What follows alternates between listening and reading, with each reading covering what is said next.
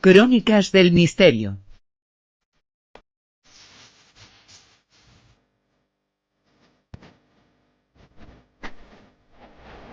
Son personajes capaces absolutamente de todo aquello que rompe las leyes, que rompe cualquier tipo de explicación, capaces de levitar, capaces también de todo lo contrario, de parecer que pesan toneladas y quienes se encuentran a su alrededor no pueden ni siquiera moverlos, capaces de hablar otros idiomas, algunos le llaman el don de lenguas, otros, de forma más científica, se refieren a este fenómeno como xenoglosia. Son muchísimos los fenómenos que estos personajes, conocidos sobre todo por sus estigmas y por otras manifestaciones físicas, han sido capaces de demostrar y mostrar. Y los estudiosos los investigan. Hablamos, como no, de los místicos. Y lo hacemos en las Crónicas del Misterio con Lorenzo Fernández, con Manuel Carvallal. Buenas a los dos. Muy buenas. Ave María Purísima, hermano Bruno. Bueno, ya empezamos. ¿No has traído la Biblia hoy? Hoy la necesitamos, ¿eh? No, pero tengo aquí un cubo de agua bendita para regaros a todos. Sois una panda de ateos y paganos. Pero tú eres como yo, con pecado concebido. Y sí, bueno, no conozco a nadie que no haya sido concebido con pecado, pero por eso... Pero con amor, con amor.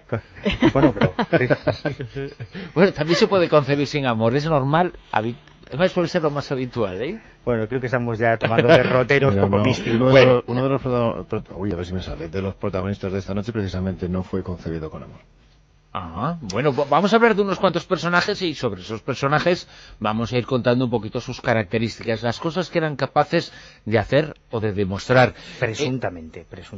Bueno, lo que hacían o no hacían y lo que podamos explicar o no es otra cuestión, pero ciertamente esto es un fenómeno parecido al de los paragnostas, al de los psíquicos, lo que ocurre que marcado por completo dentro del ámbito religioso, y es ese don divino el que teóricamente les facilita o les permite, por ejemplo, hablar otros idiomas sin conocerlos, claro. Claro. Esto es lo que te diría alguien de dentro de la Iglesia. Los fenómenos místicos, los fenómenos físicos del misticismo, con mucha frecuencia son utilizados en los procesos de beatificación o de canonización para considerar que alguien es santo, ¿no? Pero puede darse, de hecho, los grandes contemplativos de la literatura española o alemana, podían vivir esos arrebatos, esos éxtasis, esos momentos de comunión con la divinidad sin necesidad de que hubiese una fenomenología física tan evidente, ¿no?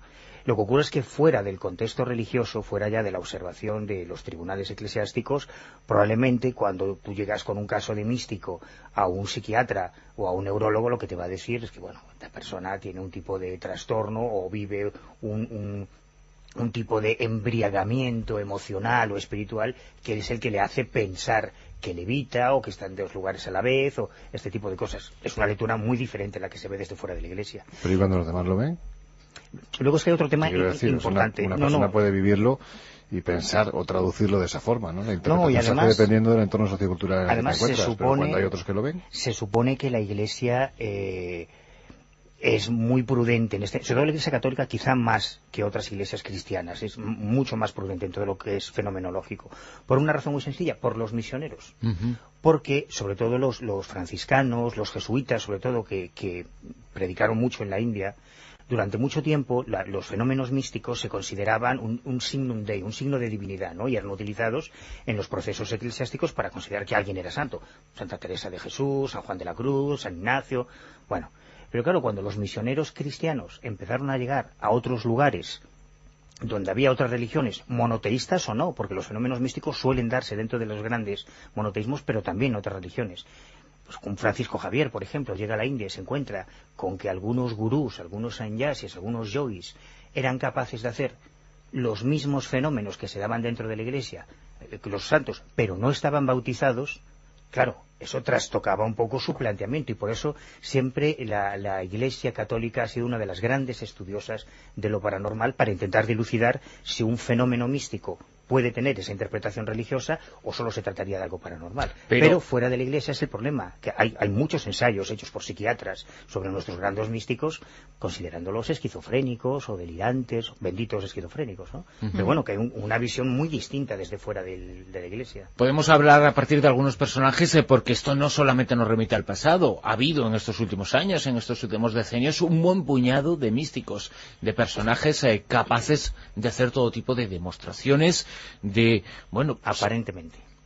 Como por ejemplo, eres muy optimista, es como si estuviera el tema cerrado, como no, van levitando por ahí por los aires y los de Iberia tienen que ir esquivándolo, no, que ya no vuelan los de Iberia, han suprimido. No es tan fácil constatar un fenómeno místico auténtico, hay mucha polémica, además cada caso, si tú lo enfocas desde los seguidores, pues mira el Escorial, por ejemplo, y pasa de todo. Bueno, pero como tú bien dices, Manuel, y aquí estoy de acuerdo contigo, normalmente la Iglesia es la que más filtros pone a la hora de estudiar este tipo de casos y a la hora de decir, en la gran mayoría de las ocasiones, que son fenómenos puramente físicos, es decir, cuando no hay un fraude detrás, ¿no? Pero cuando la Iglesia dice que sí, que efectivamente detrás de este tipo de fenómenos puede haber precisamente eso, ¿no? Un fenómeno místico, global, perfecto, es decir, en el sentido de que engloba todo tipo de fenomenología, entonces sí nos encontramos ante algo verdaderamente extraño, ¿no? Por decirlo de alguna forma. ¿Ahora eres católico? Sería bueno... No, claro, que lo diga la Iglesia significa posible que lo dice la Iglesia, punto. Si tú eres budista, pues no, lo que diga la Iglesia pero vamos a ver, no me hagas juegos de palabras, no utilices los malabares que habitualmente acostumbras a utilizar. Si personalizamos, por ejemplo, vamos a poner el ejemplo de un caso pero que permitidme tenga... que se lo corrija previamente porque es que creo que es importante, es decir, yo cuando te he puesto ese ejemplo, Manuel, es precisamente porque sabes que si la Iglesia te dice que sí, es porque algo hay, porque es la que generalmente siempre dice que no. Eso es lo que quería decir. Pero, por más ejemplo, allá de que sea o no sea un caso que no está autorizado por la Iglesia, pero que es extraordinario. Recientemente había varias noticias, había una película sobre este personaje en Peñablanca, en Chile. Miles y miles de personas acudían a ver lo que era capaz de demostrar Miguel Ángel Poblete, por ejemplo, ¿no? Que es un personaje fascinante, uno de estos místicos modernos... Sí.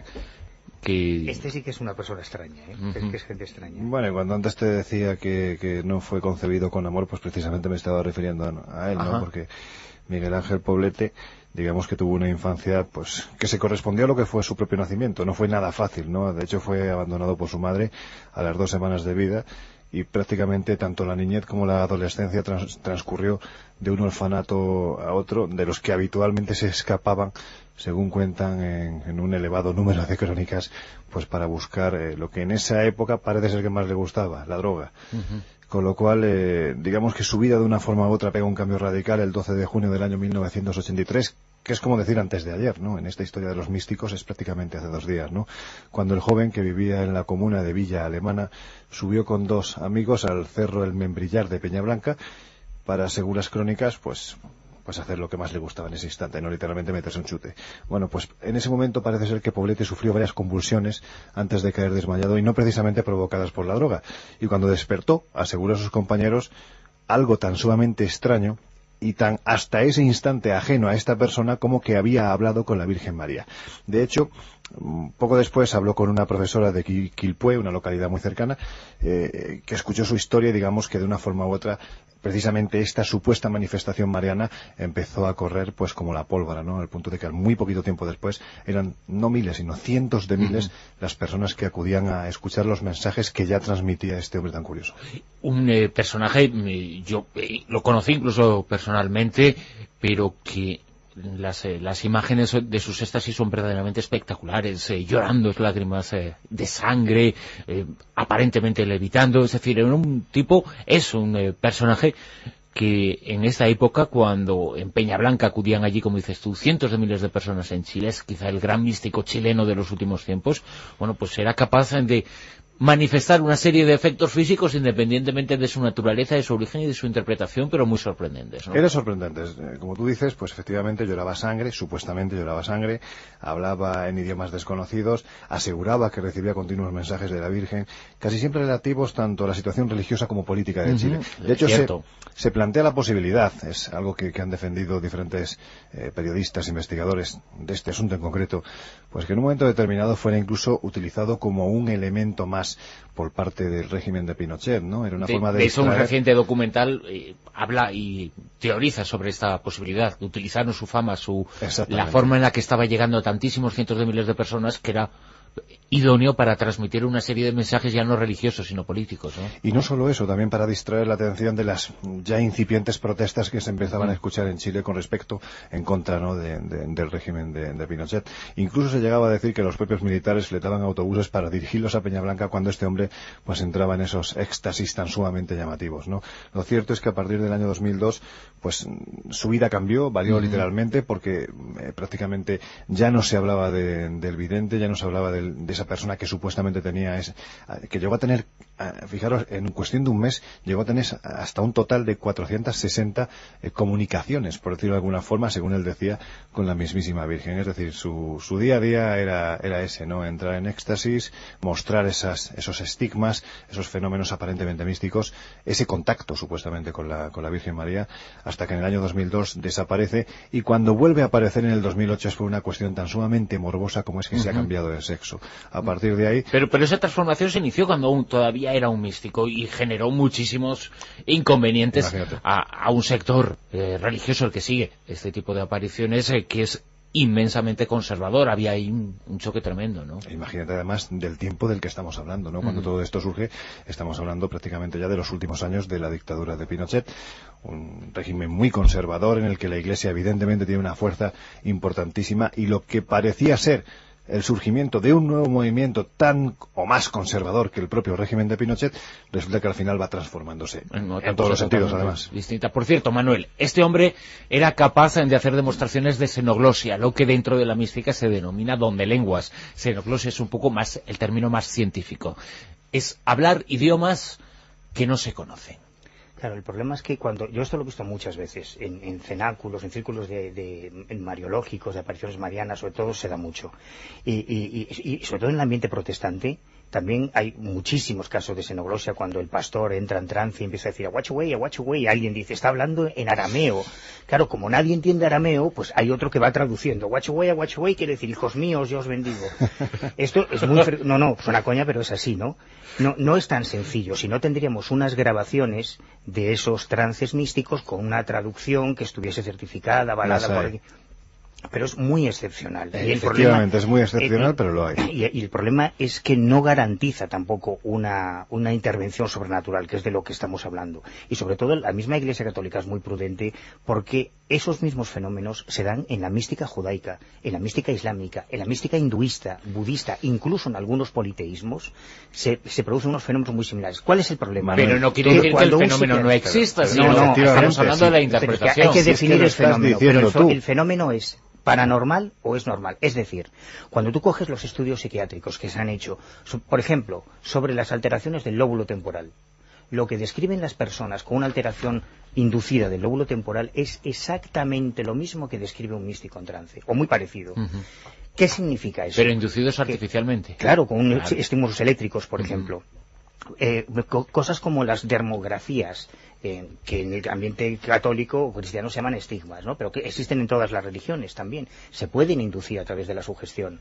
Entonces, cuando tú puedes, y en casos como el de Peñablanca, que a mí me parece fascinante, por toda la evolución que siguió Miguel Ángel y cómo eso produjo un shock. Bueno, aquí lo vivimos con Sánchez Ventura, sí, que era para alguien tan creyente como él, que el vidente supuestamente elegido por Dios no solo fuese homosexual, sino que además homosexual practicante, que ese es el problema, porque la Iglesia Católica no tiene nada contra los homosexuales si no practican, claro, ese es el problema.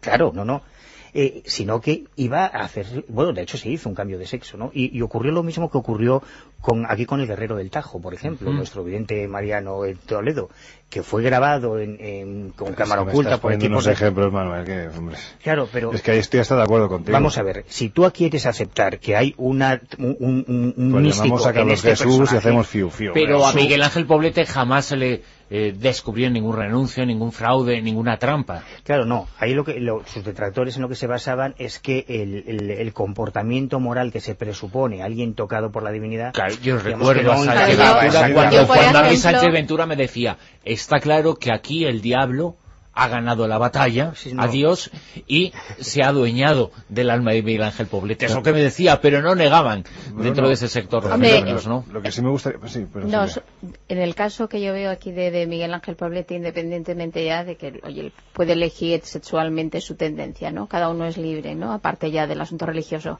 Lo que yo sí quería poner un poco, si se pudo ver afectado su cuerpo físicamente al haber tomado esas sustancias con anterioridad a la hora luego de manifestar pues bueno, pues esa forma de conexión, ¿no? Porque sabes que muchas veces dicen que si tú tomas una sustancia, una droga, abres más la mente para conectarte con ciertos... Yo imagino que eso es con cierto tipo de drogas, claro, y no la cocaína o el pegamento snifado. Eso te produce unos trances diferentes. de otro tipo, sí, unos sí, sí. diferentes. Pero yo a lo que quería ir es, ya no es una cuestión de moral, sino que la experiencia mística, el éxtasis, esa experiencia de comunión que caracteriza a los místicos, casa muy poco con el exhibicionismo, por ejemplo, que se vive en los centros marianos. Tú compara un caso como Poblete con el Padre Pío, o cualquier otro místico, que los hay, que tienden al recogimiento, a ocultar, a no exhibir esa cruz que ellos no consideran precisamente como algo para ir enseñando, ¿no? Como una virtud, sino casi como una vergüenza. castigo. Claro. Pues, parece que no encaja perfectamente. De todas formas, dos puntualizaciones. Primero, has comentado, este tipo de fenómenos se dan en el hinduismo, en el budismo, en el islam. Es que lo importante no es dónde, sino se dan. Tú lo estás diciendo, se dan este tipo de fenómenos. Y creo que no deberíamos de trivializarlos, quedándonos quizás con casos como el de Miguel Ángel Poblete, que tiene su importancia, quizás sea pues el considerado el último gran vidente de Sudamérica de los últimos años, ni por supuesto con el gran guerrero del Tajo. Es decir, tenemos estigmatizadas, lo suficientemente importantes como para que se haya llegado al punto de que su historia no se haya conocido hasta 50 años después de que se produjeran esos fenómenos. Pero déjame que termine, Manuel, déjame que termine, vamos a ver. Mira, yo pongo un ejemplo que sería larguísimo de tratar por todo lo que lo rodea. Por la historia misma, porque esta persona además ahora mismo está abierto la causa de beatificación. Estoy hablando de María Luisa Zancajo, que lo conoces perfectamente, lo conocéis todos perfectamente. Esta historia de Hellín, estando en Hellín, habiendo ocurrido en Hellín, hasta el año 2001, 40 años después, ni tan siquiera se sabía de la existencia de esta mujer. ¿Por qué? Porque la Iglesia lo quería ocultar porque le daba vergüenza. ¿Por qué? Un libro. Yo fui testigo del padre Manuel Soria, el que fuera su guía espiritual. Por ejemplo, es que es el caso perfecto en cuanto a los estigmas. Las llagas, dice textualmente el padre Soria, que muchas veces he visto frescas y chorreando sangre, no eran simples cortes. Las llagas de las manos eran muy proporcionadas e iguales, colocadas ambas en el mismo lugar, y daban la impresión de haber sido producidas de un modo sobrenatural. Todo lo que era la habitación llena de sangre. Las llagas del casquete de la cabeza se abrían ordinariamente con violencia, de suerte que las salpicaduras llegaban a las paredes de alrededor de la cama, la cual obligó a poner unas sábanas clavadas en la pared. Otra cosa más, los ataques diabólicos se producían de un ser al que por miedo a llamarle demonio le llamaban el calvo. Y el padre Soria decía, la mañana del día 8 la pasó normal, al menos en mi presencia. Escribió María Sánchez, una mujer, que el 13 por la tarde el fenómeno diabólico que le diera más de 2 horas arrastrándola por toda la casa, dándole unas mordeduras en las piernas que la dejó bien impresas con heridas. El padre Soria testimonia haber visto. He visto una llamarada de fuego quemando la funda del sillón donde estaba sentada en el recibidor hablando a solas conmigo. He sentido varias veces con fuerza el olor a azufre. Estando con ella, la ha arañado con un peine de púas y toda la cara se ha marcado profundamente. Sufriendo azotes, se le han hecho muchos cardenales en las piernas y brazos. No te voy a hablar ni de las bilocaciones, ni por supuesto de la enorme cantidad de fenómenos extraños místicos que se produjeron alrededor de esta mujer, que por supuesto también acarrea levitaciones y todo lo que quieras escuchar. Es decir, estamos hablando de lo que sería una moderna Santa Teresa. Es una mujer olvidada, repudiada, marginada literalmente, tanto a ella como a la comunidad absolutamente fascinante que creó en Hellín, en Madrid, simplemente para ayudar a la gente, para ayudar, con su voto de pobreza, para ayudar a los demás, ¿no? Y esto se ha olvidado hasta que 4 periodistas empezaron a sacarlo hace muy poquitos años. ¿Por qué? Porque una vida como esta no merece que caiga en el olvido.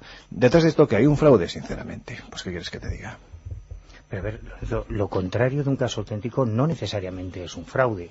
Me he puesto 3 ejemplos de fenómenos: estigmas, los ataques diabólicos y la bilocación. La bilocación es lo más difícil de demostrar del mundo, porque tú puedes ver a una persona pero no puedes saber si está en otro lado, y menos en tiempos pretéritos, ¿no? Como no le instales una webcam para verla al mismo tiempo, lo veo complicado. Lo de los ataques diabólicos, hombre, antes te ponía el ejemplo de las dermografías, precisamente porque es algo que en un ataque pronunciado de histeria, puedes producirte no solo autolesiones, sino incluso somatizar una creencia.